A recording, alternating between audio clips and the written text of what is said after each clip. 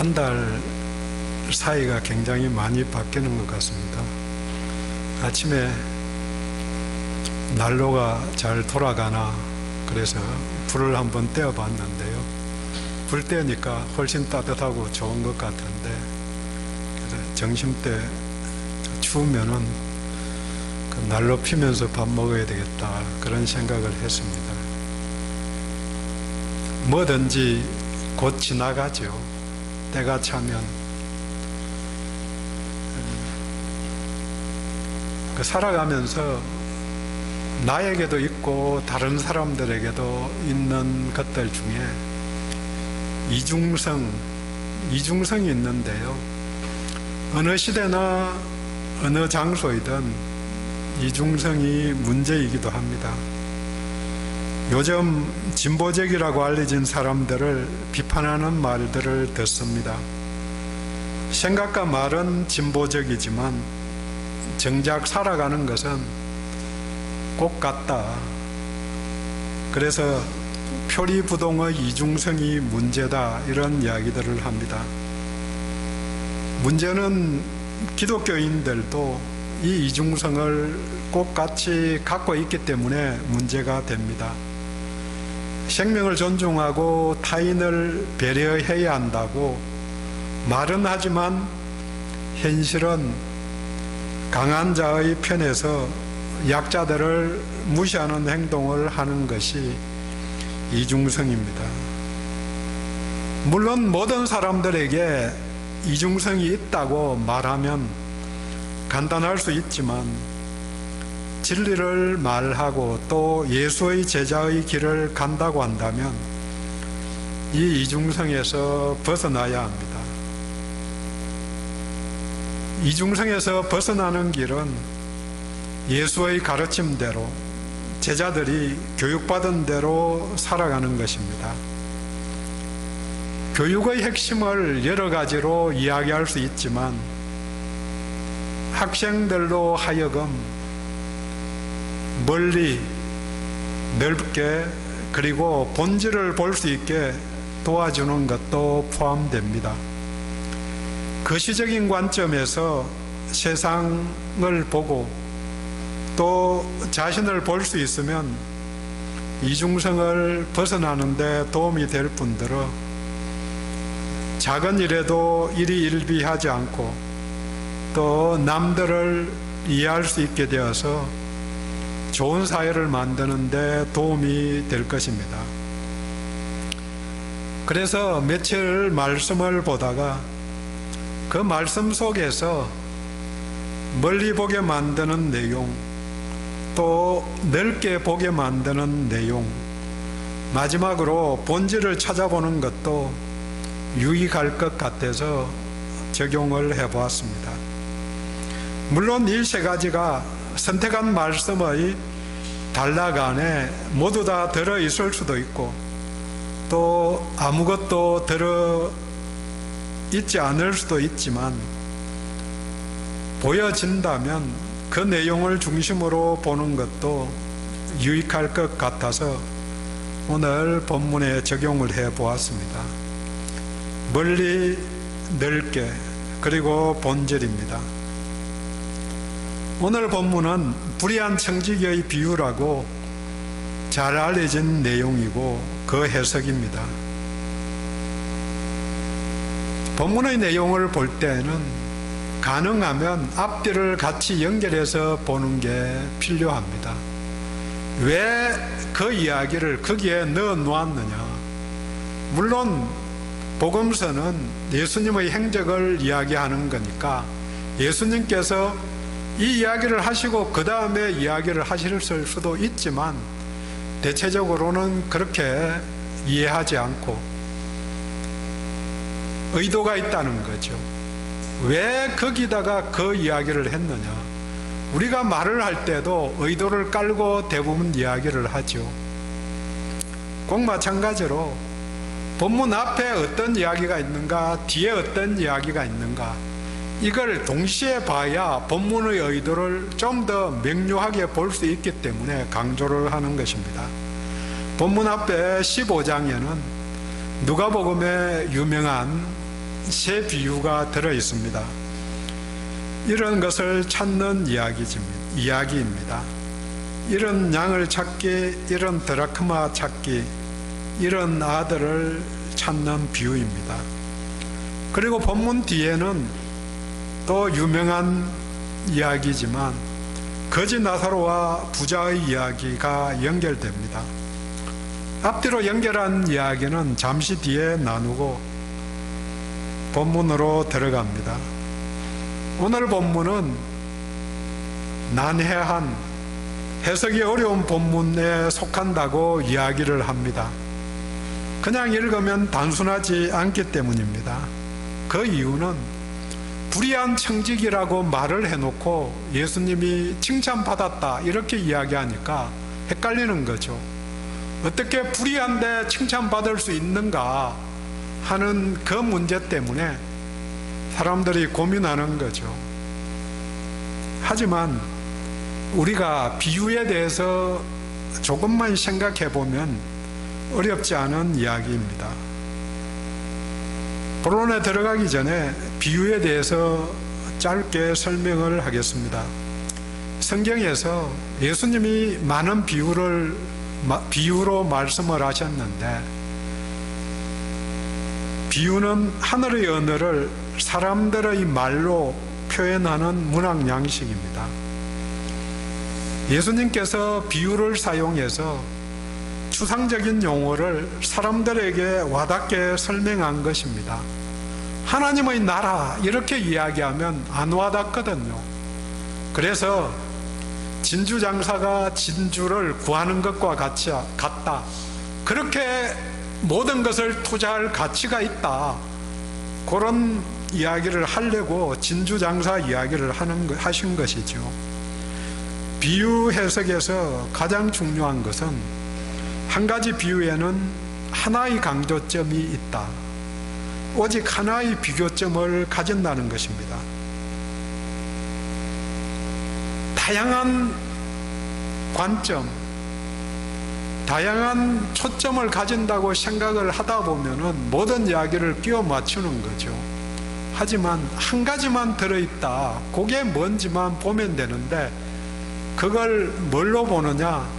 그래서 그 강조점이 무엇인지를 확인하는 쉽고 명확한 방법은 대부분의 경우에 예수님이 설명을 하셨습니다. 해석을 하신 것을 근거로 해서 거꾸로 보는 게 필요합니다.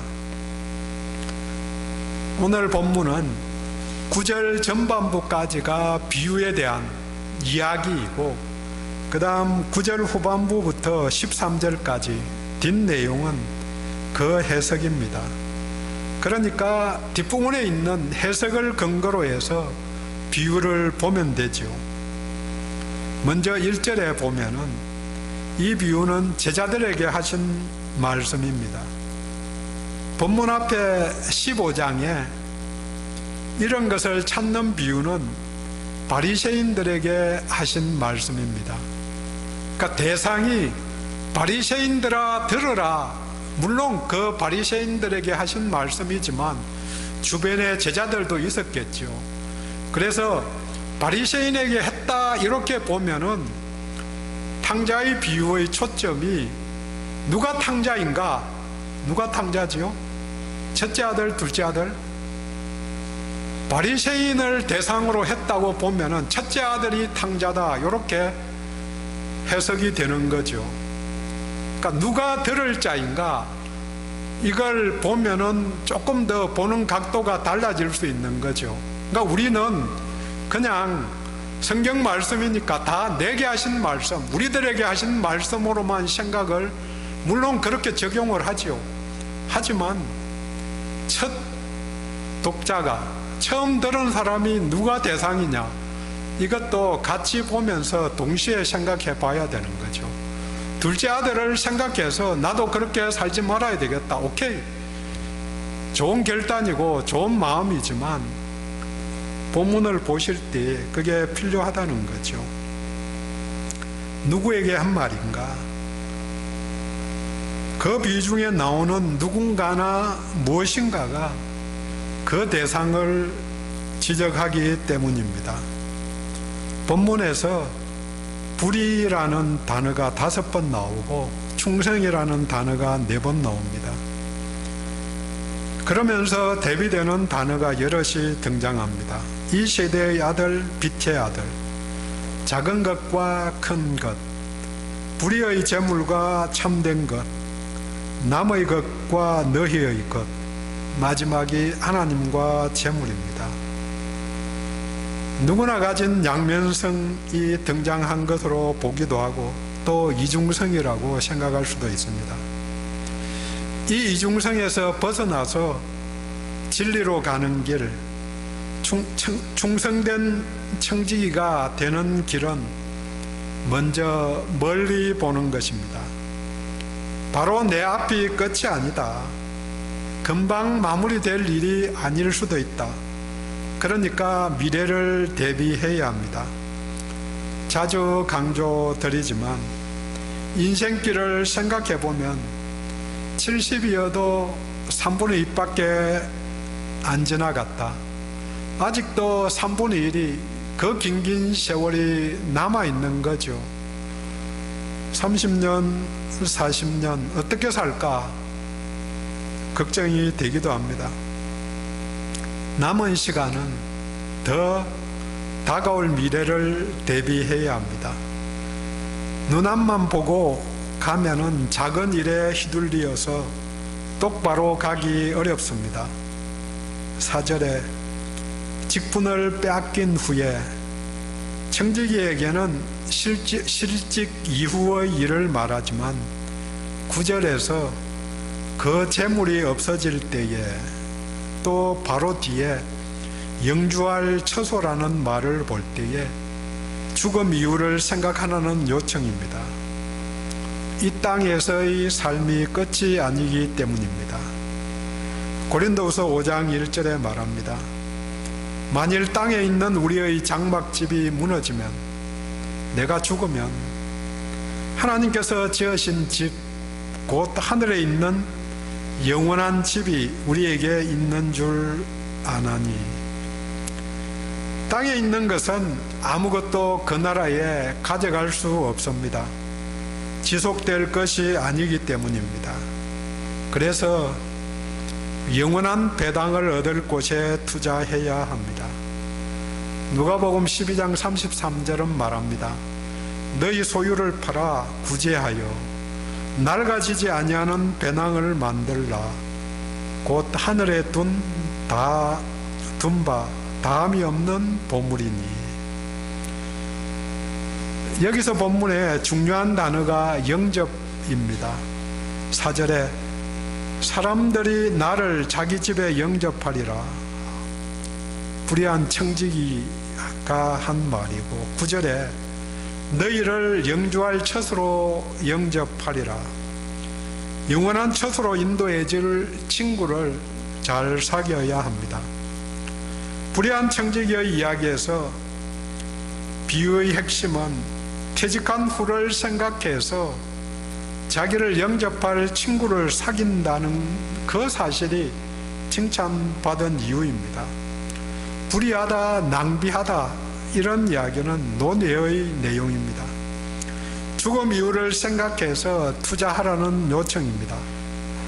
영원한 친구 대신 예수와 잘 사귀라는 요청입니다. 하나님 나라는 예수와 친구가 될 때 주어지는 것입니다. 요한복음 15장 15절에 예수님이 제자들에게 말씀하십니다. 다시는 종이라고 하지 않겠다. 나는 너희들을 친구라 하겠다. 친구 따라 강남 가듯이 예수 따라가면 아버지의 집에 갈 수 있습니다. 그 길 외에는 없습니다. 전혀 없습니다. 탕자의 비유에서 아버지가 아들을 영접하는 장소가 자신의 집, 아들 편에서는 아버지 집입니다.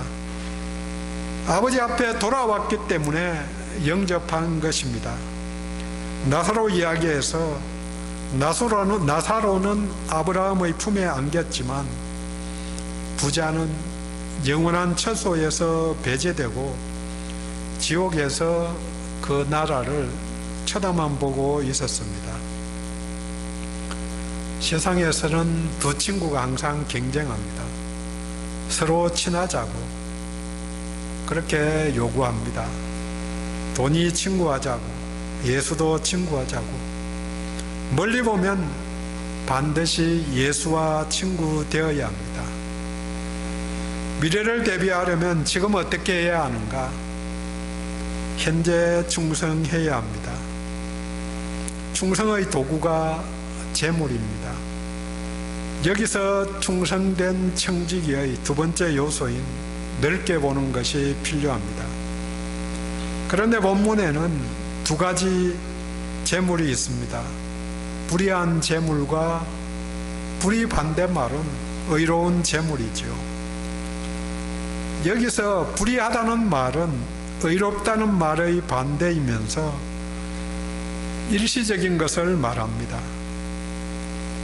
불의하다는 말은 의롭지 못하게 얻었다는 것을 무시할 수는 없지만 기본적으로는 일시적인 재물이다.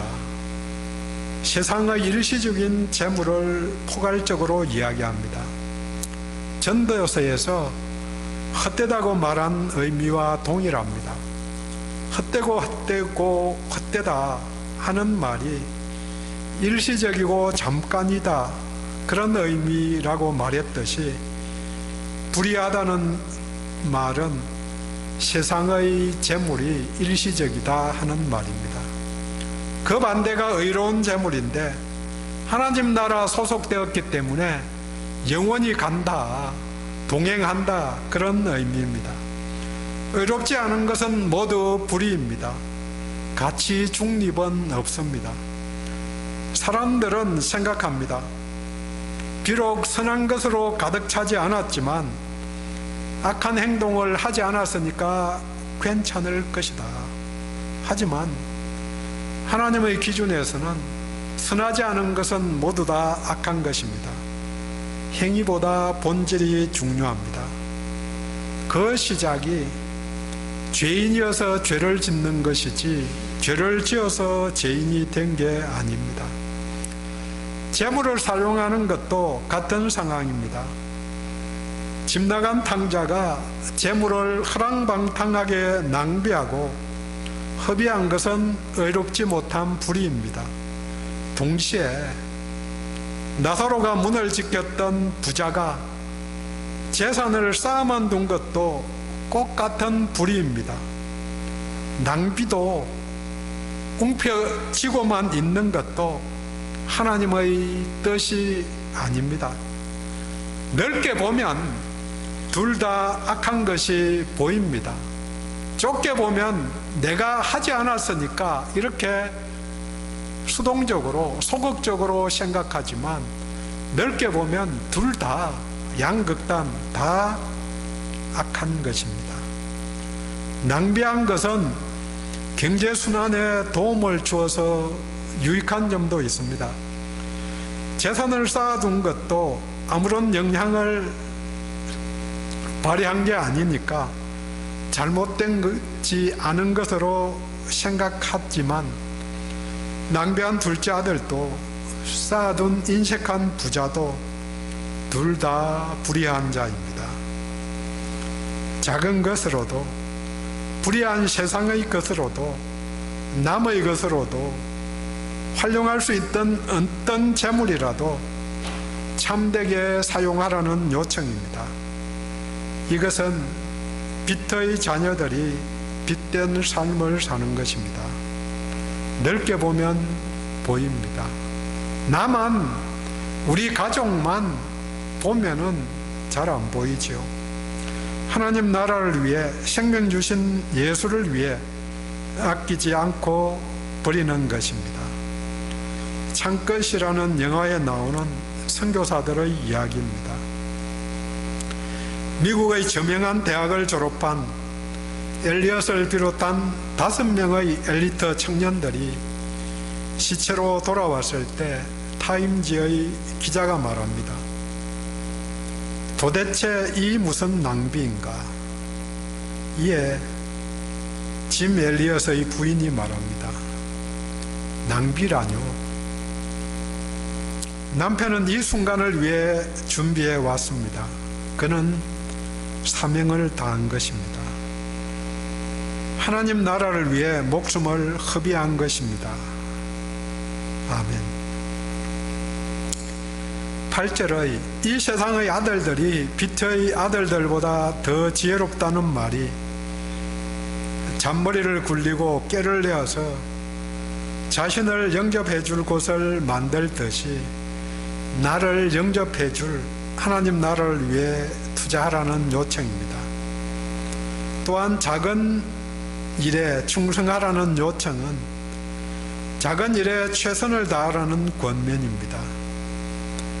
불의한 청지기도 마지막 남은 기회를 잔머리를 굴려서 모든 힘을 다해서 이루어 보려고 했듯이 옳은 일에 모든 힘을 다해서 추구하고 행하라는 요청입니다.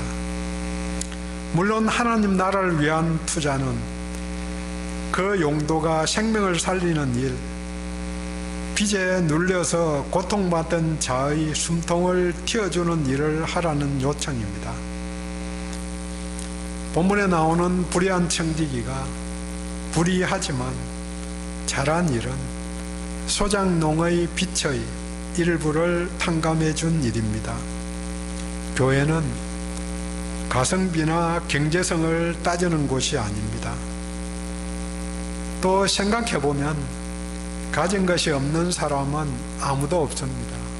아무것도 없는 사람은 시간은 있거든요. 시간이 자산이 아니라고 생각하는 사람들도 있지만 굉장히 중요한 가장 귀한 자산에 속합니다.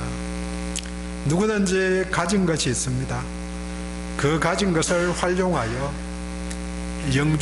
영주할 처소를 마련하고 거기에 투자해야 합니다. 마태복음 6장 19절 이하는 말합니다. 너희를 위하여 보물을 땅에 쌓아두지 말라. 오직 너희를 위하여 보물을 하늘에 쌓아두라. 이 쌓아두는 방법을 잠언은 말해줍니다. 19장 17절에 가난한 자를 불쌍히 여기는 것은 여호와께 구워 드리는 것이니 그의 선행을 그에게 갚아 주시리라.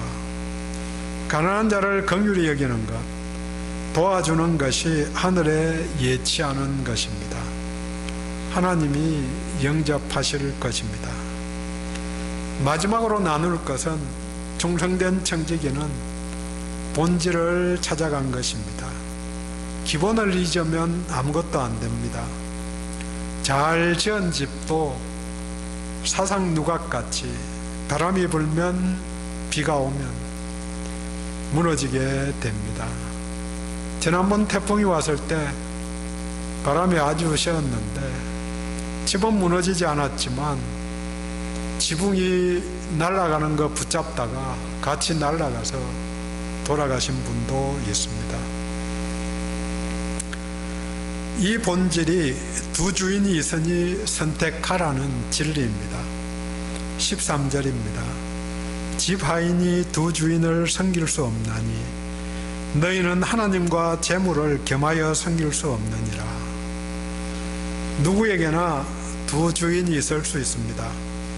하나님과 만몬 신 재물입니다. 겸하여 섬길 수 없다. 두 주 전에 14장을 본문으로 제자의 길을 나눌 때에 26절에 자기 부모와 처자와 형제와 자매와 더욱이 자기 목숨까지 미워하지 아니하면, 미워한다는 말이 더 사랑하면이라는 말이라고 의미라고 말씀드렸습니다. 더 사랑하지 말라는, 예수를 더 사랑하라는 요청입니다. 오늘 말씀과 연결하면 두 주인입니다. 또 14장에서 33절에서 너희 중에 누구든지 자기의 모든 소유를 버리지 아니하면 능히 내 제자가 되지 못하리라. 모든 소유를 버리라는 말씀이 모든 소유를 하나님 것으로 인정하라는 것입니다. 청지기의 사명을 감당해야 합니다. 본문의 말씀은 제자들에게 한 말씀이지만 주변의 바리새인들이 듣고 비웃었습니다. 읽지 않았지만 14절에 바리새인들은 돈을 좋아하는 자들이라 이 모든 것을 듣고 비웃거늘 하나님이냐 재물이냐 두 주인을 섬길 수 없다, 이런 이야기를 바리새인들은 똑같이 하나님을 섬기는 자들이지만 돈을 좋아하기 때문에 비웃었다고. 두 주인을 섬길 수 있다. 아니, 두 주인을 섬기는 게 아니다. 하나님을 위해서 내가 돈을 추구하는 거다. 그렇게 바리새인들은 반응을 했을 것입니다.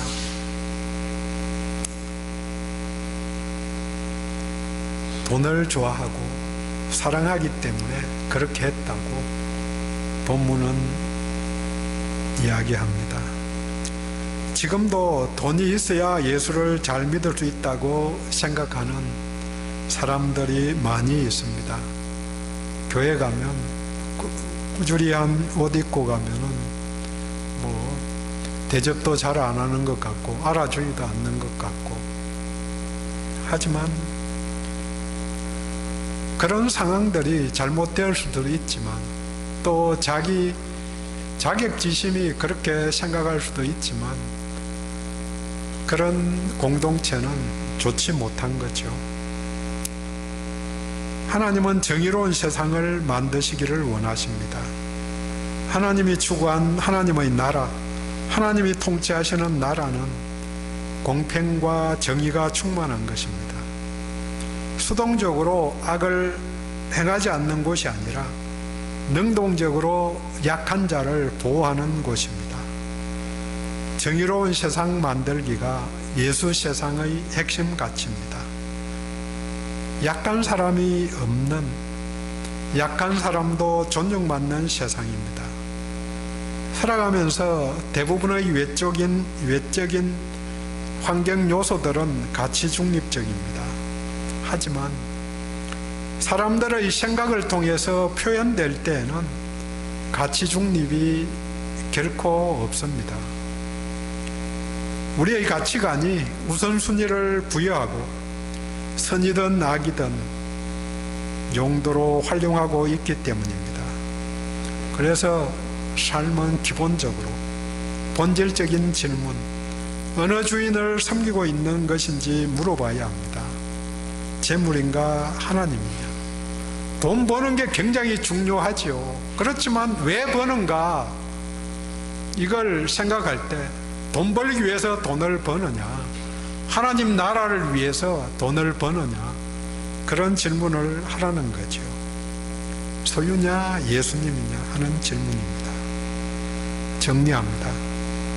삶을 건강하게 의롭게 사는 길은 자신의 위치를 파악하고 본질을 보는 것입니다. 내가 어디에 있는지 알아야 하고 또 그 위치는 멀리서 보고 넓게 볼 때에 알 수 있습니다. 그리고 인생의 기초석이 본질입니다. 첫째는 길게 봐야 합니다.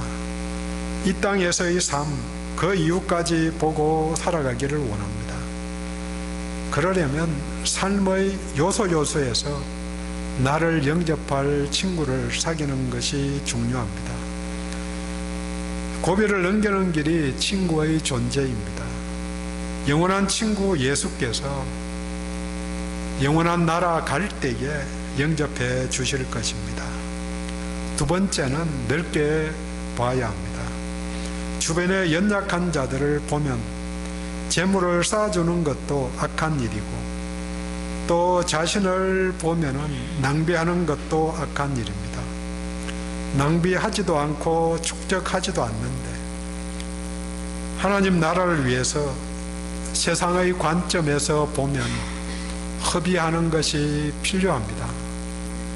왜 그렇게 낭비하냐 할 때에 하나님 나라를 위해서 낭비하고 있다고 이렇게 답할 수 있기를 원합니다. 마지막으로 본질입니다. 하나님과 재물을 겸하여 섬길 수 없습니다. 바리새인같이 비웃고 말 것인지 아니면 하나님 중심으로 예수 안에서 살 것인지 오늘도 묻습니다. 기도합니다.